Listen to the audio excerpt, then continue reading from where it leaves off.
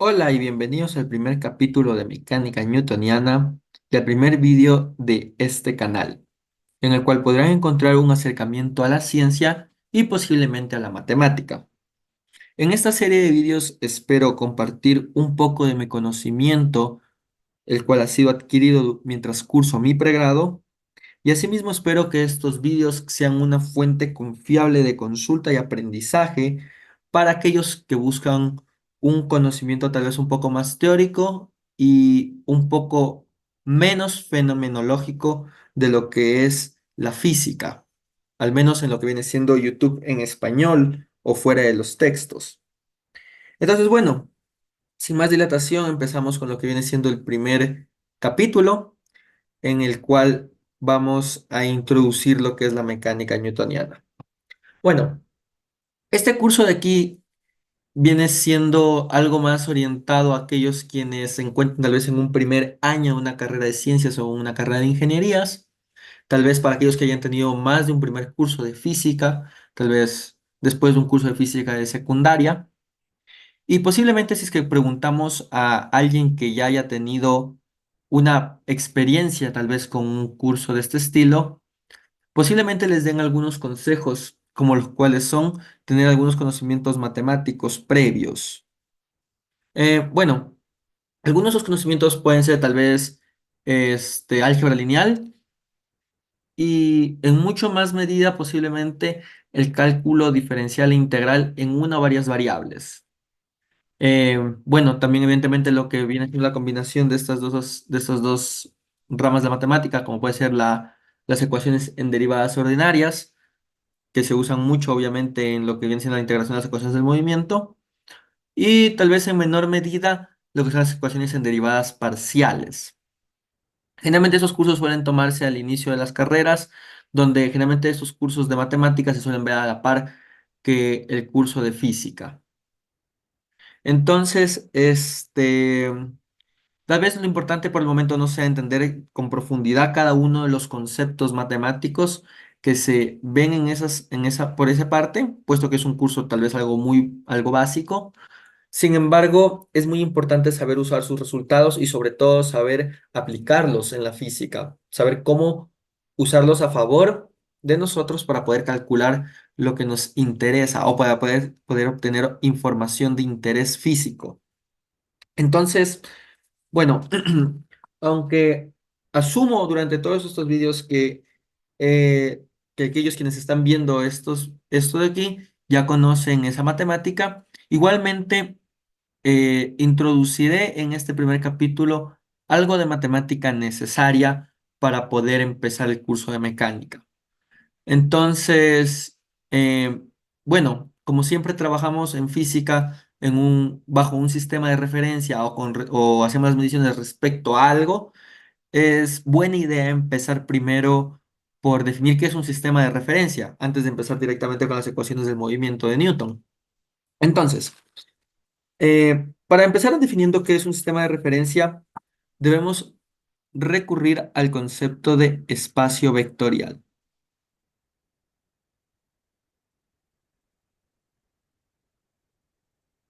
Muy bien.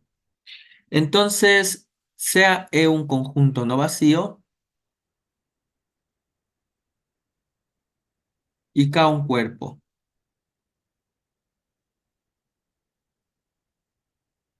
junto con las operaciones suma, que va a tomar dos elementos de este conjunto y nos va a enviar al mismo conjunto. Bueno, tal vez XY nos devuelve la suma de X con Y. Y la operación de multiplicación, la cual toma un elemento de este cuerpo con un elemento del espacio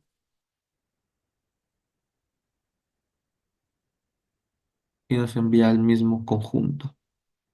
Sumamos un elemento del cuerpo, un elemento del conjunto y nos devuelve su multiplicación. Ok, entonces a ese que le llamamos suma y multiplicación respectivamente. Entonces, se dice que la cuadrúpula E, K más y multiplicación es un espacio vectorial si verifica los siguientes axiomas.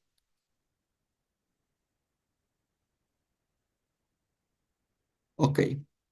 Eh, bueno, entonces los axiomas van a ser 4 para la suma y 4 para la multiplicación. Entonces, axiomas de suma y axiomas de multiplicación. Ya. Antes de pasar a los axiomas, me gustaría introducir algunos nombres. A los elementos de K los vamos a llamar escalares y a los elementos de E los vamos a llamar vectores. Y como abuso del lenguaje diremos que E es el espacio vectorial, pero no hay que olvidar que toda la cuadrúpula formada por E, K, más y multiplicación es el espacio vectorial. ¿Ok? Entonces, de esta forma, los axiomas de suma van a ser asociativa, es decir, que si sumo X con Y ese resultado lo sumo a Z, va a ser lo mismo que si primero sumo Y y Z y ese resultado lo sumo a X, para todo X, Y, Z, elemento del espacio. También tiene que ser conmutativa y va a ser así, que X más Y es lo mismo que Y más X, para todo X, Y, elemento del espacio. Existe un elemento neutro.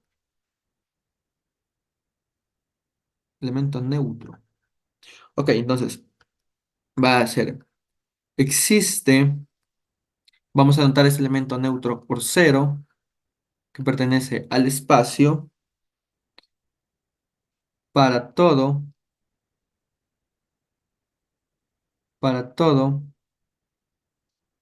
X elemento de tal que X más cero va a ser igual a X. Ya, ese elemento neutro lo vamos a llamar cero. Y lo vamos a anotar por un cero, evidentemente. Y también va a existir lo que se conoce el inverso. Entonces, para todo elemento X del espacio, existe un inverso. Lo vamos a anotar por menos X, que pertenece al espacio, ¿no? Ya. Y debe de verificar que cumple esto de acá. Usualmente también se suele escribir de esta manera.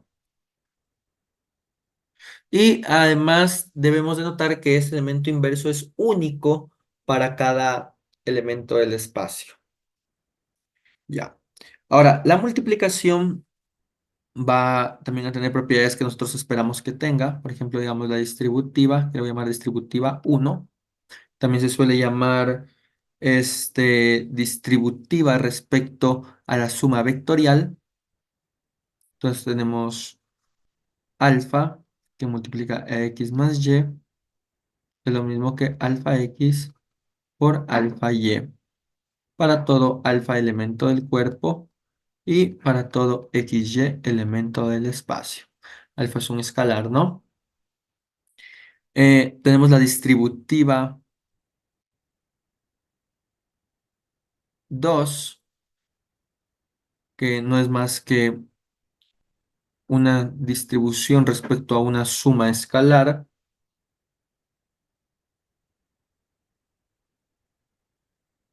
Eso es alfa por x más beta por y para todo alfa beta elemento del cuerpo y para todo x elemento del espacio.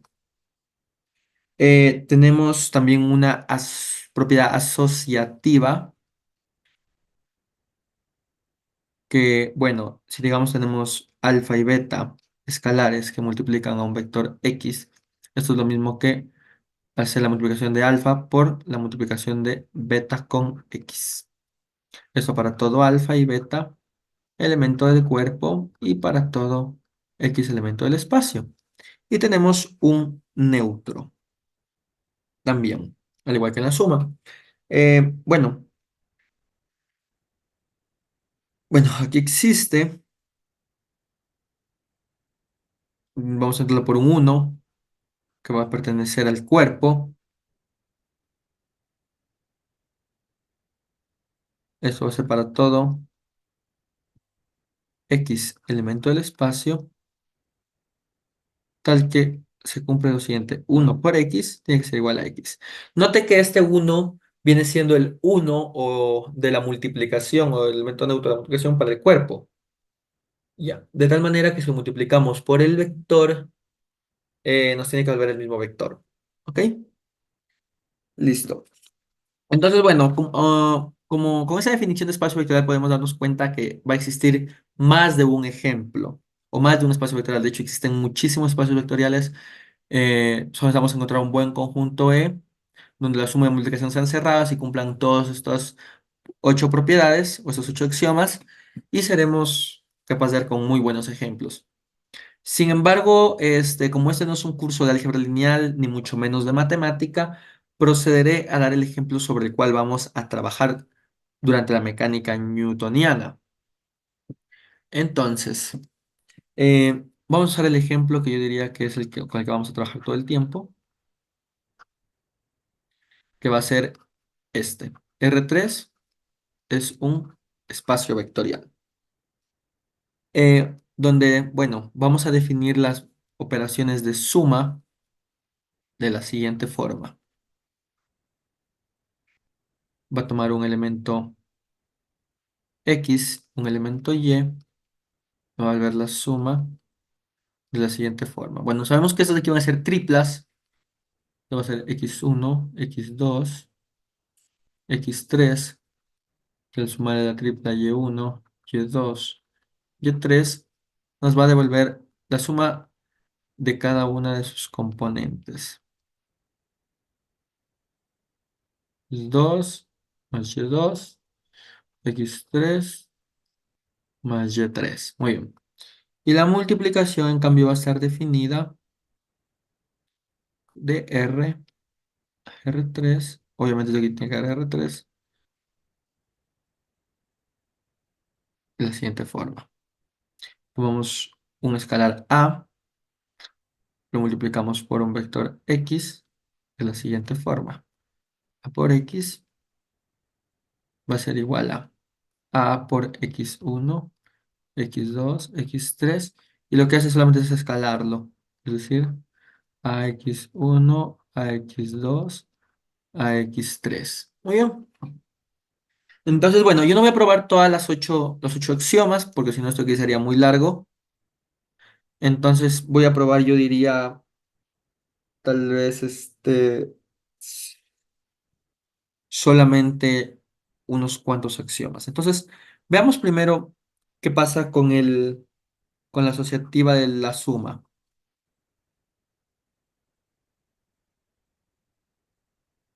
Entonces, sea x, y, z elementos de R3, nosotros tenemos esto, que probar, pues poder demostrar que x más y sumado a z es igual a x más y más z. Entonces vamos a empezar haciendo primero la suma de x con y luego el resultado lo vamos a sumar a z. Entonces tenemos que x más y, por definición de suma, tenemos esto de aquí, ya directamente para no escribir tanto. Va a ser x1 más y1, x2 más y2, x3 más y3, más z1, z2, z3. Sumamos x1 más y1 más z1, x2 más y2 más Z2 más X3. Uy, esto más se me fue de más. X3 más Y3 más Z3. Y agrupamos de la siguiente manera, porque eso es lo que ya está dentro de las triplas son números reales, ¿no? Y esos ya están más que conocidos. Entonces los agrupamos y por definición de suma tenemos entonces que x1, x2, x3 más y1, z1, y2, z2, y3, z3.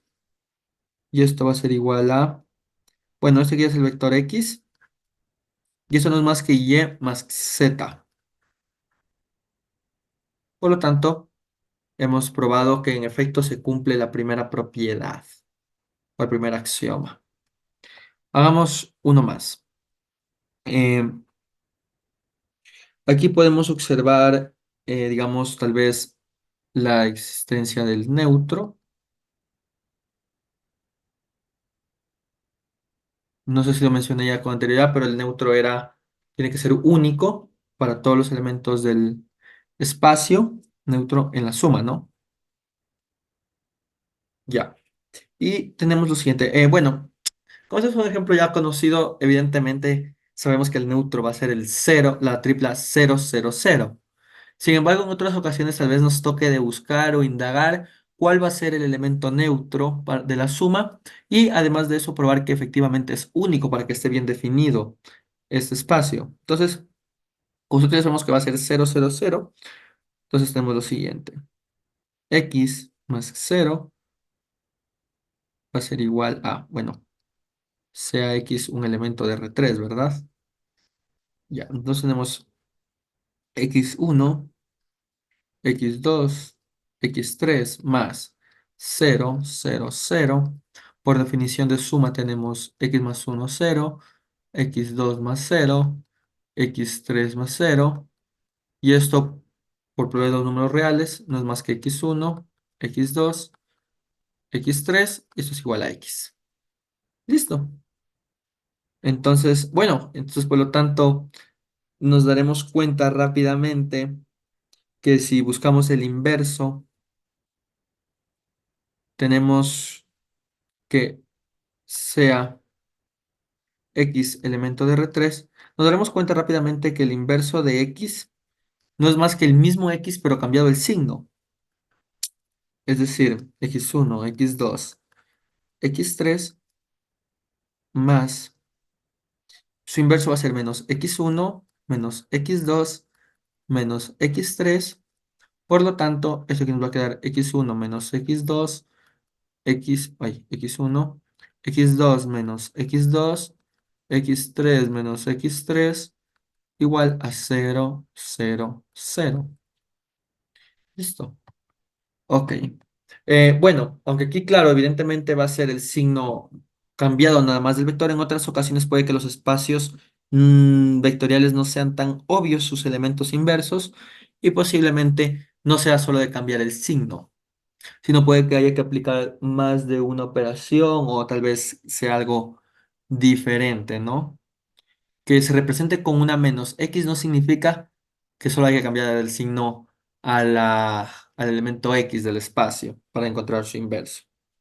Bueno, tal vez una propiedad más que podríamos ver rápidamente va a ser la, el neutro en la multiplicación.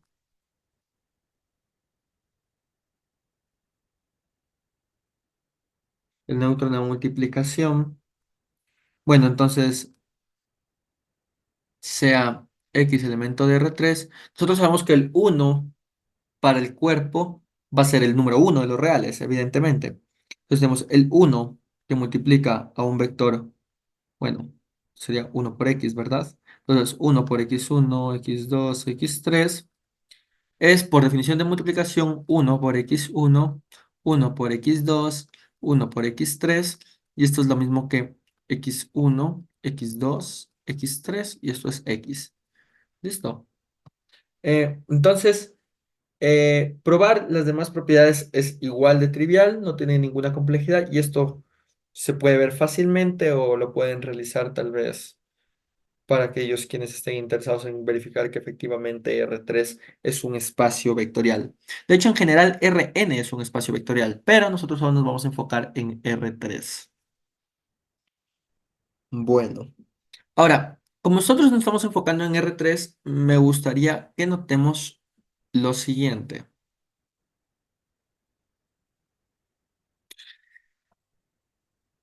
Si tomamos el vector X, entonces, tomamos un vector X, que sea elemento de R3, nosotros vamos a notar lo siguiente. X se puede escribir como X1, X2 y X3, ¿no? Y por definición de suma esto es lo mismo que X1, 0, 0, más 0, X2, 0, más 0, 0, X3. Por definición de multiplicación, nosotros tenemos que x1 es pues, x1, 0, 0, 0 es lo mismo que x1 que multiplica a 1, 0, 0, más lo mismo para los otros vectores, x2, 0, 1, 0 y x3, 0, 0, 1. ¿Ok? Entonces yo voy a llamar a cada uno de estos vectores de aquí como e1 más x2, e2 más x3, e3. Ahora, si nos damos cuenta, X, elemento de R3, se puede escribir como una combinación lineal de ciertos vectores E1, E2 y E3. Entonces, esto de aquí nos lleva a intuir una idea de que siempre podemos escribir cualquier elemento de este espacio como una combinación lineal de justamente esos tres elementos. Porque, o sea, si nos damos cuenta, el vector cero, por ejemplo, no es otra cosa que x1, x2 y x3 sean los tres escalares cero, ya multiplicados por cada uno de sus vectores, nos va a devolver el vector cero. Entonces, eh, si nos damos cuenta, esto de aquí nos lleva al concepto de base. Es decir, que existen un subconjunto del espacio el cual es linealmente independiente y genera al espacio, ¿no? Entonces, vamos a definir tal cual como se define la base. Entonces, sea E un espacio vectorial y sea B un subconjunto de E. Entonces, se dice que B es una base de E. Sí, primero, B genera a E. Eso quiere decir que podemos escribir cualquier elemento de como una combinación lineal de de esos elementos de B. Y dos, los elementos de B son LI, es decir, linealmente independientes. Y en efecto, este conjunto E1, E2 y E3 es una base para R3. Primero, generan el espacio, es decir, somos capaces de escribir cualquier elemento del espacio como una combinación lineal de estos tres elementos, como lo hemos hecho aquí arriba, lo hemos mostrado, y además es linealmente independiente. Y eso lo podemos verificar rápidamente. Entonces, vamos a demostrar que B igual a E1, E2 y E3 es LI. Entonces, bueno, claro, que sea LI significa que si yo tomo ciertos escalares A, E1, bueno, tal vez para mantener notación sería buena idea escribir x1 e1 más x2 e2 más x3 e3 igual a cero. Son LI, sí, solo sí. X1 es igual a X2 igual a X3 igual a cero. Entonces esto es fácil verificar, ¿no? Entonces, esto es fácil porque nosotros tenemos que esto de aquí no es más que el vector X1, X2, X3 igual al vector 0, 0, 0. Si igualamos componente a componente, nos queda evidentemente que X1 es igual a X2 igual a X3 igual a cero. Por lo tanto, E1, E2 y E3 es LI. Es decir, es base de R3. Ya, a este conjunto de 1, de 2 y de 3 se le conoce como base canónica, porque evidentemente existe más de una base, tal vez para este espacio R3. Solo estamos buscando un conjunto que genere y que sea LI. Ok, nosotros diremos que la dimensión del espacio va a ser igual a la cardinalidad de su base. Si nosotros nos damos cuenta, en este caso, la dimensión de R3 es igual a 3. Y en general, la dimensión de Rn es igual a n, ¿no? Listo. Entonces, bueno, dada la definición de base, de espacio vectorial y tal vez de dimensión, eh, esto de aquí nos permite dar un siguiente paso a lo que se conoce como un espacio afín, que es el que realmente nosotros trabajamos. Nosotros no trabajamos en un espacio vectorial en física, sino que realmente trabajamos en un espacio afín en mecánica newtoniana, porque puede que en otras ocasiones trabajemos en otras estructuras matemáticas que son un poco más ricas y que tienen más propiedades, ¿no? Entonces, bueno, por el momento vamos a definir lo que es un espacio afín. Bueno, un espacio afín se define como sigue, ¿no? Entonces, sea A un conjunto no vacío y E un espacio vectorial. Junto con la aplicación,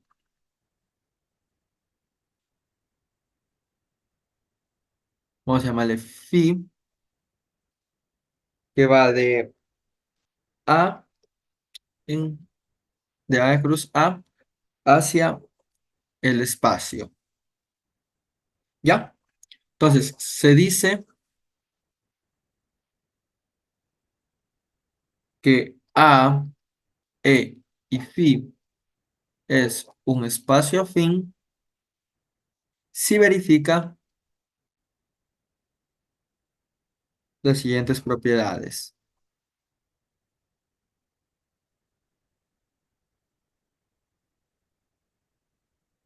Entonces, bueno, la primera propiedad es que para todo P elemento de A y para todo, y aquí voy a denotar con una flechita los elementos del espacio, existe un único Q elemento de A tal que P, le digo P, que phi evaluado en P y Q va a ser igual a U flechita. ¿Ok? Y la segunda propiedad va a ser que para todo, bueno, para todo, antes para todo, veremos que si phi evaluado en P, Q más phi evaluado en QR va a ser igual a phi de PR para todo P, Q y R elemento de A. Entonces, bueno, nosotros aquí daremos notación y el sentido de por qué aquí le estoy poniendo flechita a este vector U.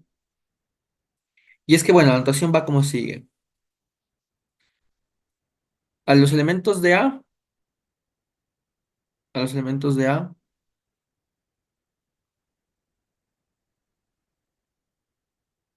se llamarán puntos o llamaremos puntos.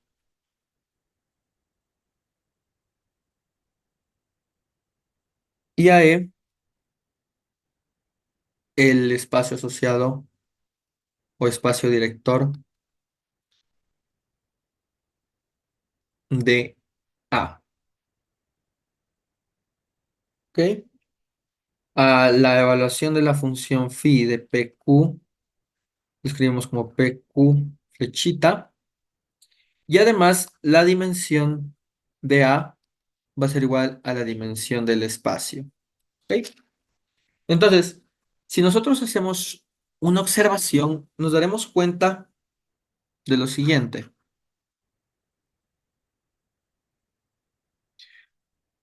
Todo espacio vectorial E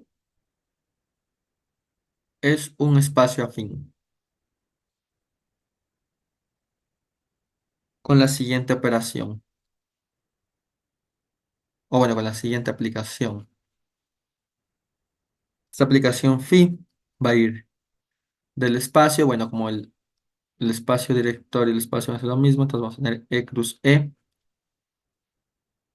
en vía E, que tal que al evaluar phi en dos vectores, me va a devolver su diferencia, ¿ok? Es decir, U, V me devuelve su diferencia, ¿no? Listo. Entonces, por lo tanto, R3 va a ser un espacio afín, evidentemente, ¿no? Algunas propiedades que tienen estos espacios afines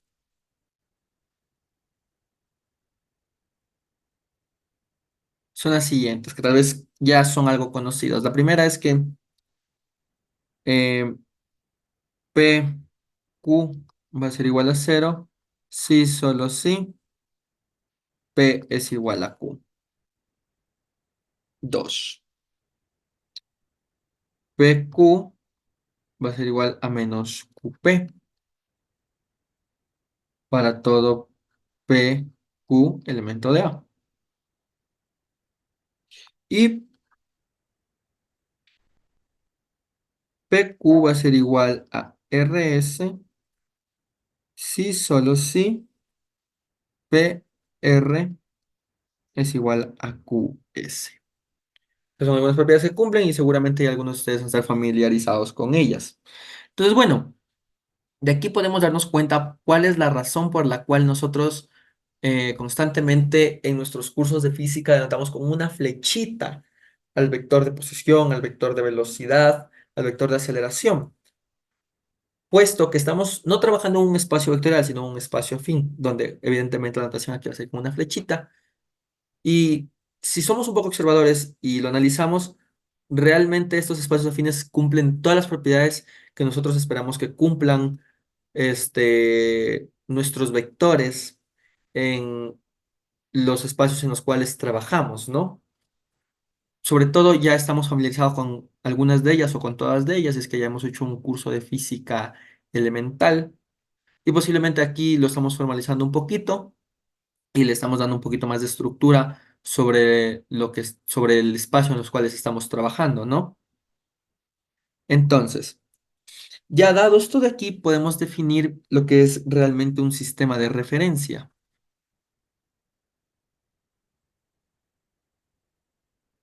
Entonces, ya, formalmente un sistema de referencia va a ser un conjunto de n más un puntos. Esos puntos, digamos, los vamos a anotar de la siguiente forma. P0, P1, Pn, de un espacio vectorial, digo, de un espacio afín A.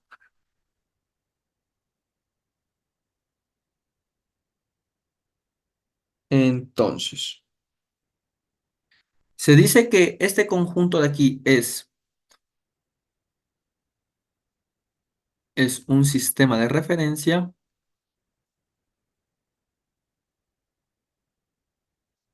si el conjunto de vectores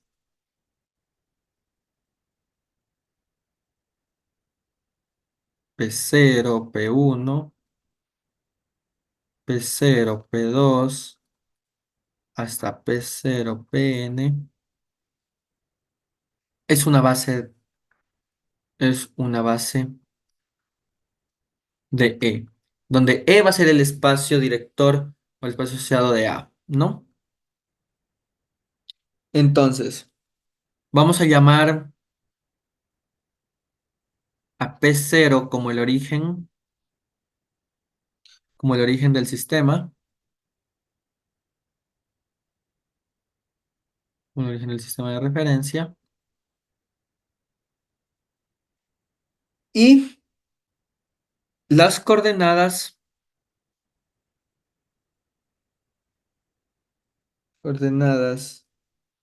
de un punto, llamémoslo P, elemento del espacio, respecto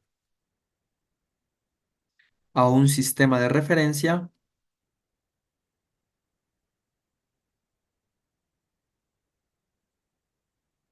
coma, serán las coordenadas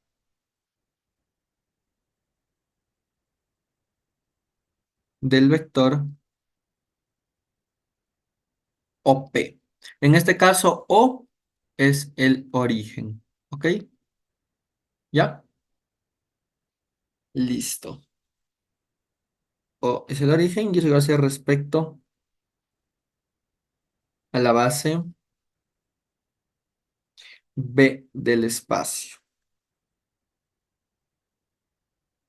El espacio E, ¿no? Entonces, esto significa lo siguiente. Si yo tengo, digamos, el vector OP, donde O va a ser el origen y P va a ser el punto en el cual yo quiero dar sus coordenadas, esto se escribirá, digamos, como una combinación lineal de ciertos escalares por los elementos de la base,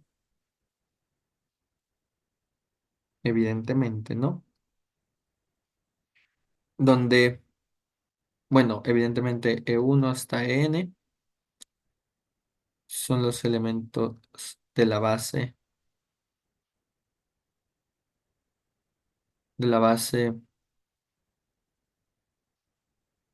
de, ¿ok? Listo, bueno. Algunos ejemplos de estos sistemas de coordenadas son, por ejemplo, los cartesianos, que es el cual estamos más familiarizados, donde la base va a ser justamente la base E1, E2 y E3 que hemos dicho arriba. Y asimismo también existen otros sistemas de coordenadas, como son los cilíndricos o el esférico. Los unitarios ahí van a cambiar, ¿no? Y los elementos de la base van a ser diferentes, ¿no? Va a ser una base diferente para el espacio, pero es el mismo espacio. Y bueno, nosotros siempre trataremos de marcar el origen del sistema de referencia como el punto 0, 0, 0. Entonces, bueno, entonces ya nos podemos dar cuenta que un sistema de referencia está equipado con un origen, está equipado con una base, con un espacio vectorial, evidentemente, pues. Entonces, con un sistema de coordenadas, las coordenadas no van a ser otra cosa que las coordenadas del vector, ¿no? Y etc., ¿no? Lo que ya es bien conocido. Entonces, bueno, entonces con esto aquí podríamos dar como finalizado lo que viene siendo este primer video del curso de mecánica newtoniana. Sin embargo, me gustaría hacer un breve recordatorio sobre ciertos productos, sobre ciertos productos entre vectores. Ya, entonces posiblemente, digamos, nosotros si tenemos un vector en este espacio XY, vamos a dar, digamos, por U este vector. Tal vez a nosotros nos interese proyecciones de este vector sobre cada uno de los ejes, ¿verdad? Y tal vez nos interese conocer cuánto mide de aquí a acá, lo cual es muy, muy, muy, muy útil, ¿ya? Entonces, para eso tenemos ciertas formas. Una de ellas es conocer su norma, y para poder definir la norma, primero tenemos que definir un producto interno. Entonces vamos a pedir que sea E, bueno, sea E un espacio vectorial. Entonces, un producto interno sobre E es una función que la vamos a escribir de la siguiente manera. Toma los elementos del espacio y me devuelve un escalar, ¿no? Entonces, digamos, somos un vector U y V y nos devuelve U evaluado en UV. Entonces, tal que cumple las siguientes propiedades, ¿no? Va a ser, la primera propiedad que va a ser, si tengo alfa por U, bueno, alfa por U,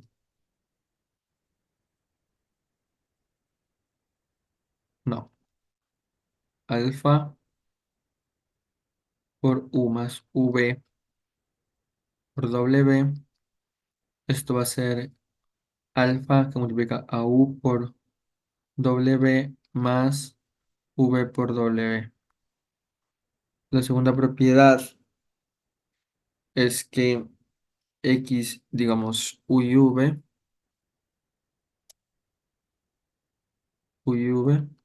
sea igual a V, U conjugado, ¿no? Eso, bueno, para todo U, W elemento de y para todo alfa elemento de K. Aquí lo mismo para todo U, V elemento de E. ¿Ok? Y una última propiedad es que el producto interno de U con V va a ser mayor o igual que cero siempre. Y U con U por V va a ser igual a cero si solo si U es igual a cero, ¿no? Entonces, bueno, eh, el producto interno usual que nosotros usamos en R3 es el siguiente. Nosotros en lugar de usar los corchetes triangulares, vamos a usar un puntito. Pues digamos que tenemos X y Y elementos de R3. X y Y. Bueno, voy a escribir primero lo que viene siendo, ¿no? Entonces tenemos X por Y. Entonces en lugar de usar corchetes triangulares, usamos X por Y. Va a ser igual a la suma de XY por YY. ¿Ya? Con Y que va desde 1 hasta 3, ¿no? O lo que es lo mismo, X1, Y1 más X2, Y2 más X3, Y3, ¿no? Listo. ¿Por qué usamos este punto en lugar del producto con corchetes triangulares? Bueno, porque es usual escribirlo con un punto y por eso se suele llamar también producto punto. Y como nos devuelve un escalar, también se puede llamar producto escalar, ¿no? Aunque es muy usual usar más el término producto interno en otros contextos. Em, bueno, dado un producto interno, esos de aquí inducen una norma, y esa norma no es más que la longitud entre de un vector, y esa norma, digamos, la norma de U, bueno, sin flechita por el momento, la norma de U no es más que la raíz cuadrada del producto interno de U con U, ¿ok? Que en nuestro caso vendría, digamos, siendo, digamos, la norma de un vector X, en R3 no es más que la raíz cuadrada de x1 al cuadrado más x2 al cuadrado más y3 al cuadrado. Digo, x3 al cuadrado. Que es lo que ya sabemos, el teorema de Pitágoras, ¿no? Porque si aquí trabajamos en una sola en dos dimensiones, este x3 desaparece y realmente la longitud de esto de aquí no es más que aplicar el teorema de Pitágoras, ¿no? Si aquí tenemos u1, o bueno, u en y, u en x, si queremos conocer la longitud, no es otra cosa que hacer ux cuadrado más uy cuadrado, ¿no? Es decir, este resultado de aquí es el que ya conocemos. Obviamente el trabajo de la norma, lo que viene siendo estudiar la norma, estudiar los productos internos, en cada uno en sus contextos es mucho más extenso. Sin embargo, para nuestro propósito aquí solo es recordar, asumiendo que usted ya se conoce esto, historia conocida, solamente estamos revisando por encima para acordarnos más o menos cómo se definía cada una de estas cosas. Bueno, evidentemente, dada esta definición de norma, podemos definir una función de distancia entre dos vectores, digamos u y v, que se define como sigue. Va a ser la norma entre u menos v, que es lo que ya sabemos. Ujú. Otro producto tal vez que nos sea de interés, bueno, para conocer tal vez vectores perpendiculares a los vectores, más no para saber si es que los vectores son perpendiculares, porque aquí como nos podemos dar cuenta, una forma de definir también el producto escalar en R3 es de la siguiente forma: la norma de X por la norma de Y por el coseno del ángulo entre ellos. Entonces, evidentemente, si es que el producto interno entre estos dos vectores nos da cero, eso implica que el coseno de teta a, va a ser igual a cero, lo que implica que teta es igual a pi medios, lo que quiere decir que son ortogonales. ¿Ok? Sin embargo, tal vez si tenemos dos vectores y queremos encontrar un tercer vector perpendicular, o tal vez nos interese un tercer vector perpendicular por alguna definición física, por ejemplo, el torque, eh, nos resulta de interés definir lo que es el producto vectorial. Entonces, bueno, el producto vectorial, ya saben, sean u y v elementos de R3. El producto vectorial